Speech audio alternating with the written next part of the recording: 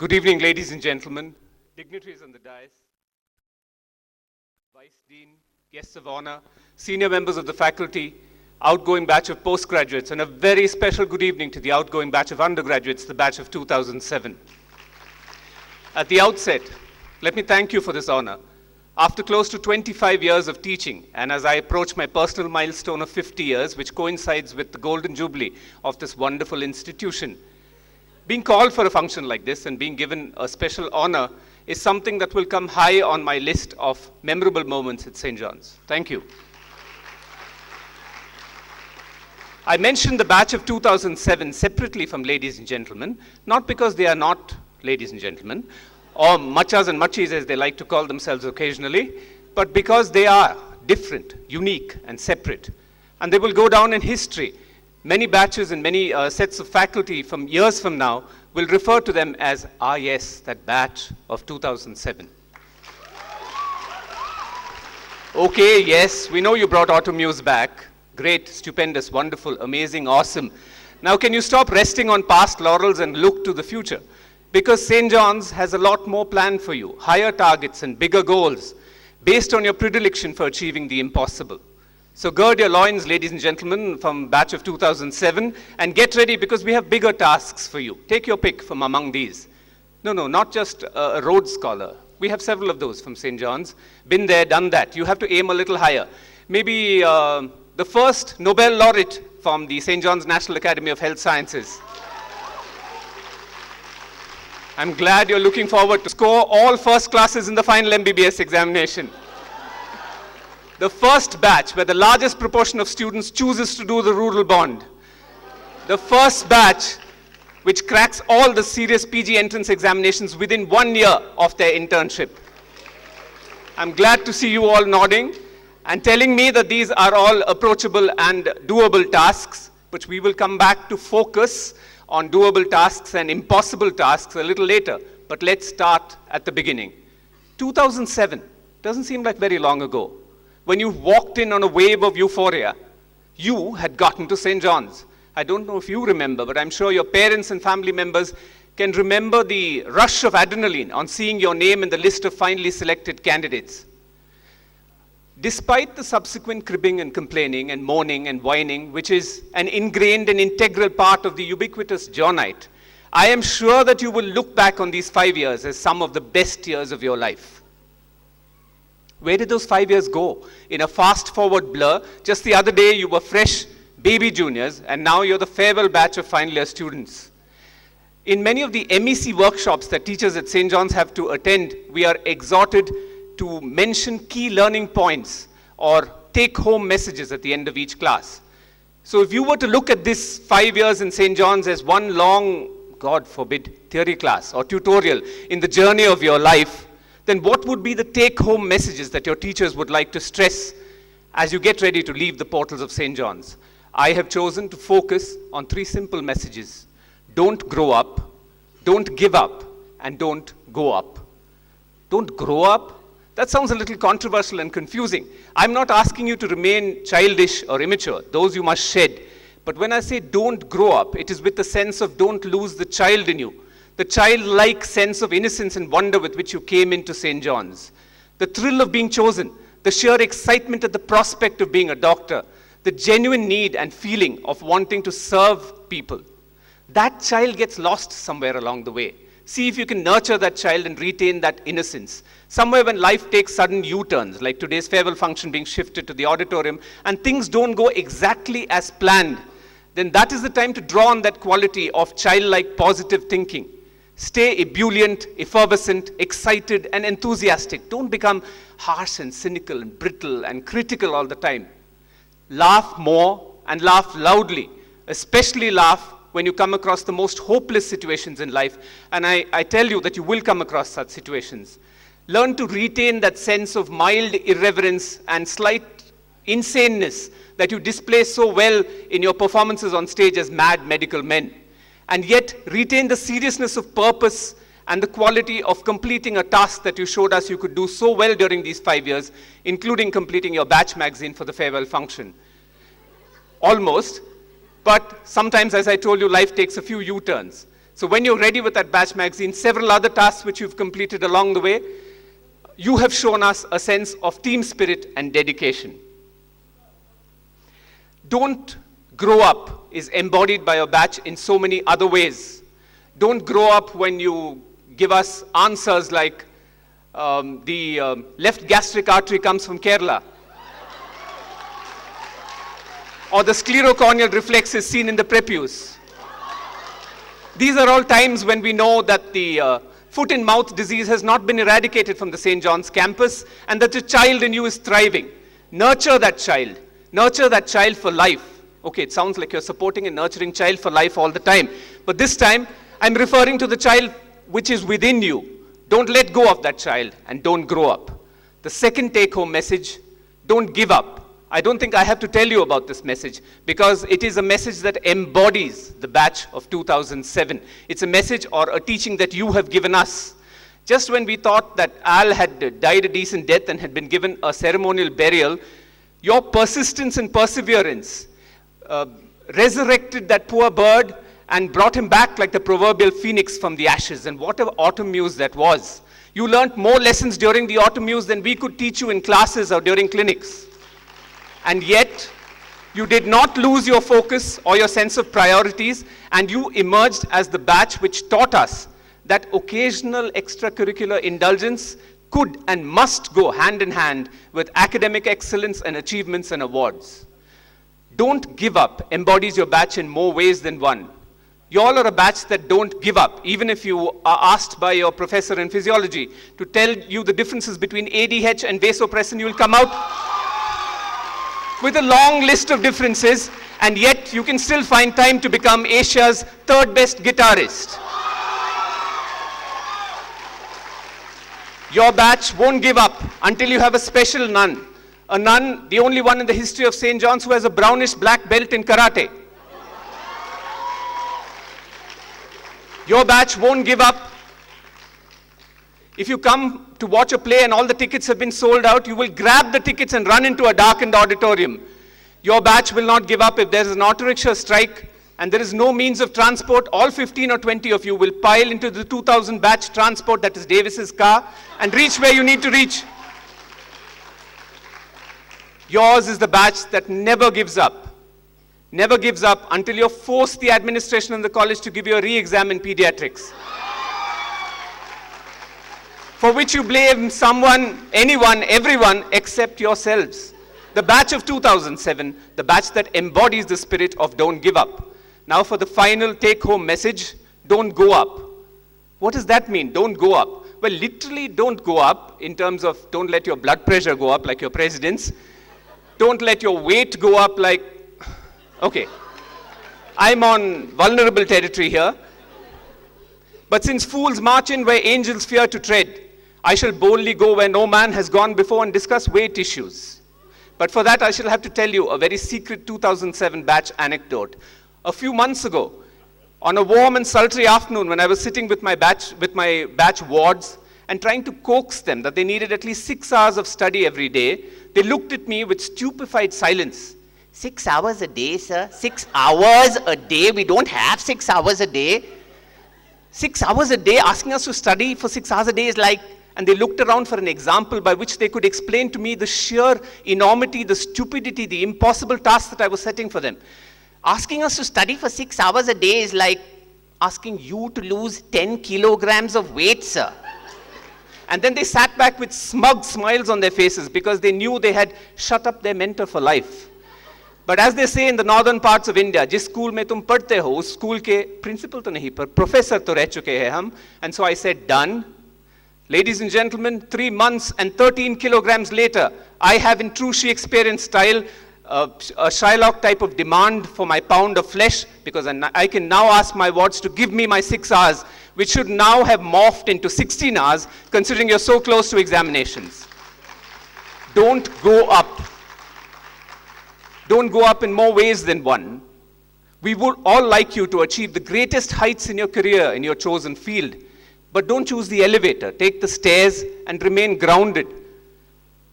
It is important, the more success you get, the more qualifications you get, that you stay grounded and remain down to earth. So don't go up, stay grounded is what I meant. And this is embodied more in the words of Rudyard Kipling, whom I usually quote from the poem If, when I'm giving my inaugural address to them in the fresh batch of students at the Kamal Ram retreat. If you can dream and not make dreams your master, if you can think and not make thoughts your aim, if you can meet with triumph and disaster and treat those two impostors just the same, if you can talk with crowds nor lose your virtue, if you can walk with kings and not lose the common touch, if neither foes nor loving friends can hurt you, if all men count with you but not too much, if you can fill the unforgiving minute with 60 seconds worth of distance run, yours is the earth and everything that's in it. And what is more, you'll be a man, my son. Going batch of undergraduates, batch of 2007, go confidently in the direction of your dreams. Live the life you have imagined. And remember, don't grow up, don't go up, and don't ever, ever give up. Good luck and God bless.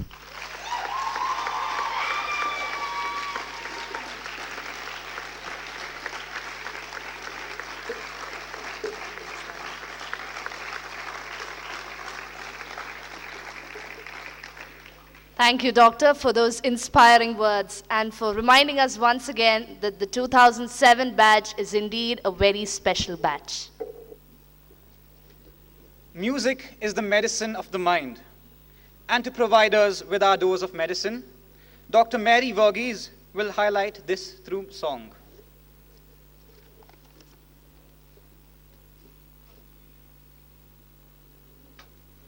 Go because there are 2-3 bishops who are going away early morning, so I have to talk to them.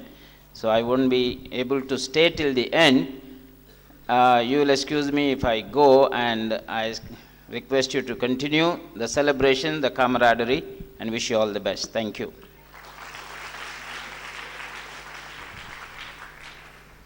Wow, Anil, that was... Where is he? Oh, sorry.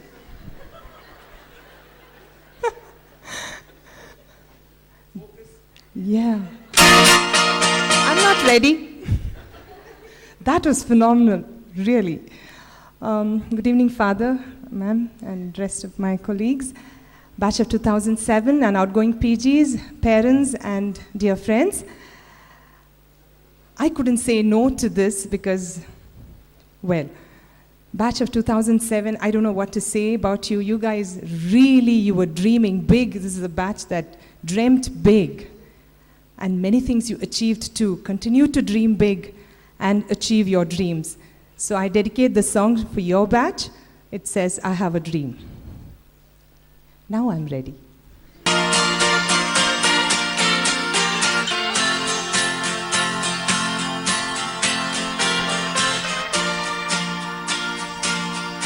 I have a dream, a song to sing, to help me cope in everything. If you see the wonder of a fairy tale, you can take the future, even if you fail. I believe in angels, something good in everything I see. I believe in angels, when I know the time is right for me, I cross the stream. I have a dream. I have a dream, a fantasy to help me through reality. And my destination makes it worth the while, pushing through the darkness till another mile. I believe in angels, something good in everything I see. I believe in angels. When I know the time is right for me, I'll cross the street. I have a dream. I'll cross the street. I have a dream.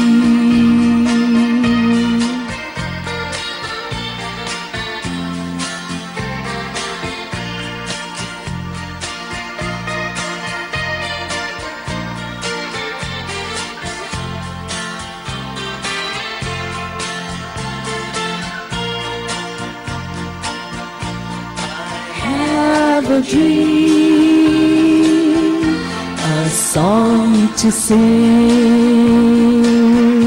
to help me through in everything. If you see the wonder of a fairy tale, you can take the future, even if you fail. I believe in angels, something good in everything I see. I believe in angels. When I know the time is right for me, I'll cross the street. I'll have a dream. I'll cross the street. I have a dream. Dream big, dear friends. Thank you.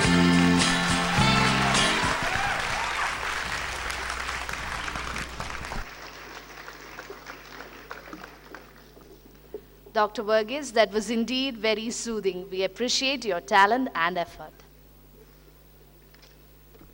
It is absolutely essential to stay informed about the happenings and activities, both in and out of St. John's. A focal point that keeps us all up to date. The college magazine forms an integral part of this institution. We invite Swati, magazine secretary, and Gino Joy, President, batch of 2007, to enlighten us on the subject, after which we will have the formal release by our chief guest, Dr. Anil Abraham.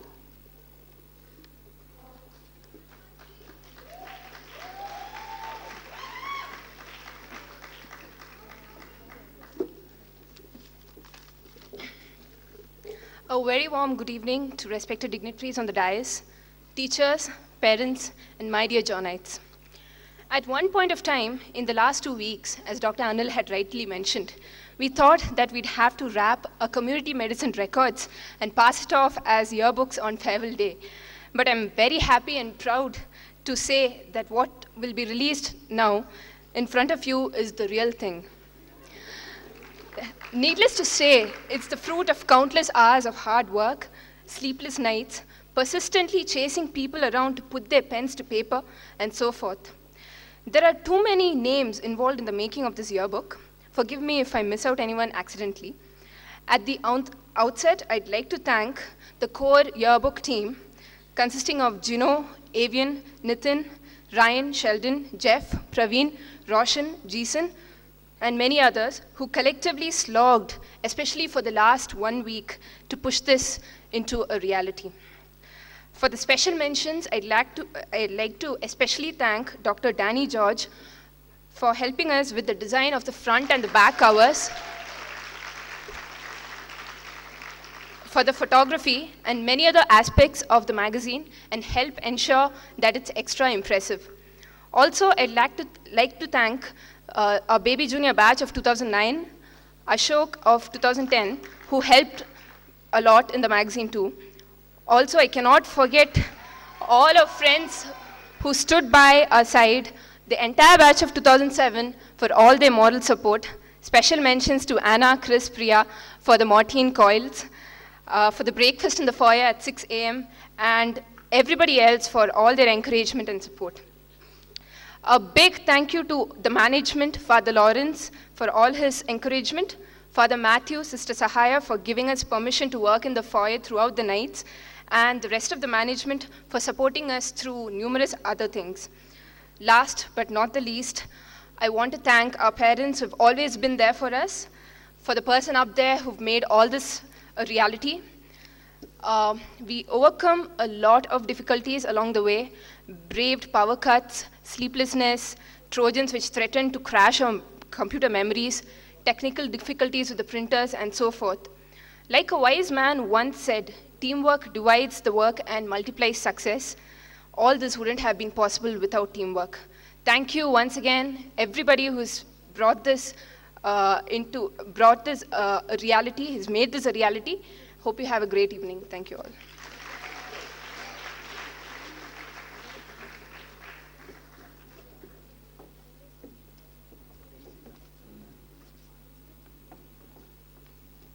We request Dr. Anil and the other dignitaries on the stage to please release the yearbook of batch of 2007.